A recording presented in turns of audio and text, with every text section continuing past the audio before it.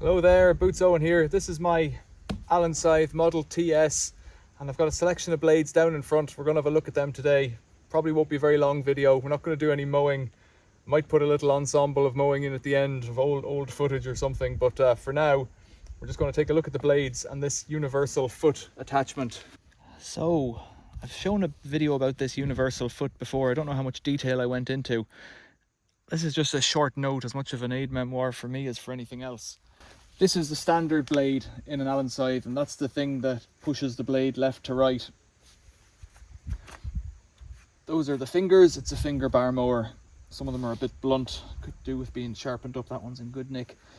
So there's another standard blade that I have as a spare, and it has this carrier here that the tooth in the middle acts upon, slides it side to side.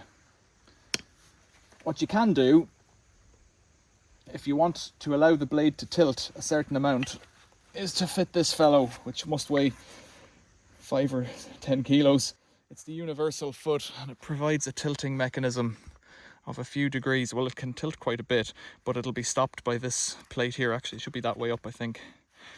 So it gets stopped by these little teeth, like that. So it gives you, I don't know, 5 degrees of play in each direction. You remove the whole blade bar, couple that on in there, and then couple the blade bar back onto the front. It adds about, what's the best part, of 6 inches to the front of the machine. And then your blade would be in the carrier, so your blade's going to sit out here.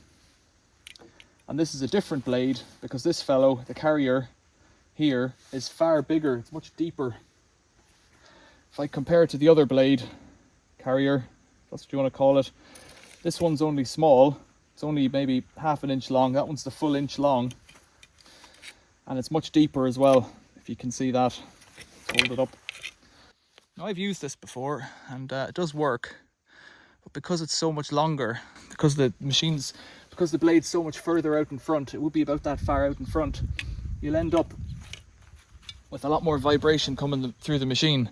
So if you have a universal foot, you also need this fellow, which is the bar with a much longer neck on it.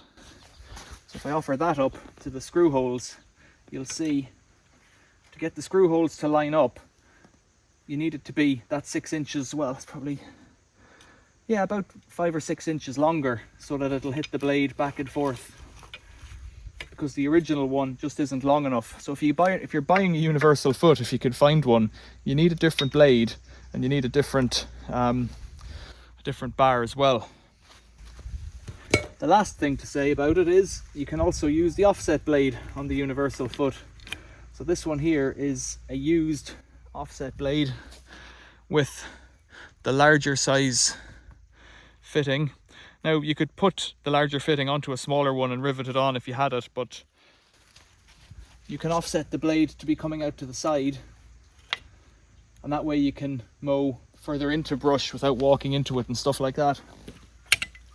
So there's a bit of a selection of stuff there that I've picked up over the years. I've bought a few different machines and mingled the parts together. What happens with that universal foot is, because the arm is so much further out the front, the vibrations are much bigger, which translates up into the handles, and your hands are shook off you when you're using it. It's just a function of the machine. That's the way it is. If you've got any questions or comments about these things, please leave them below, or if you know of a source of spares or that, put it in the comments, because you know, these are not a common machine anymore, but they're still out there and people are still using them. This machine gets used every year for rough cutting grass, and they are really useful and really handy.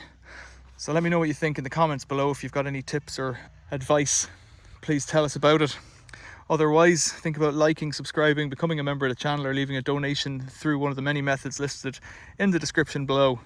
Thanks for watching. See you later.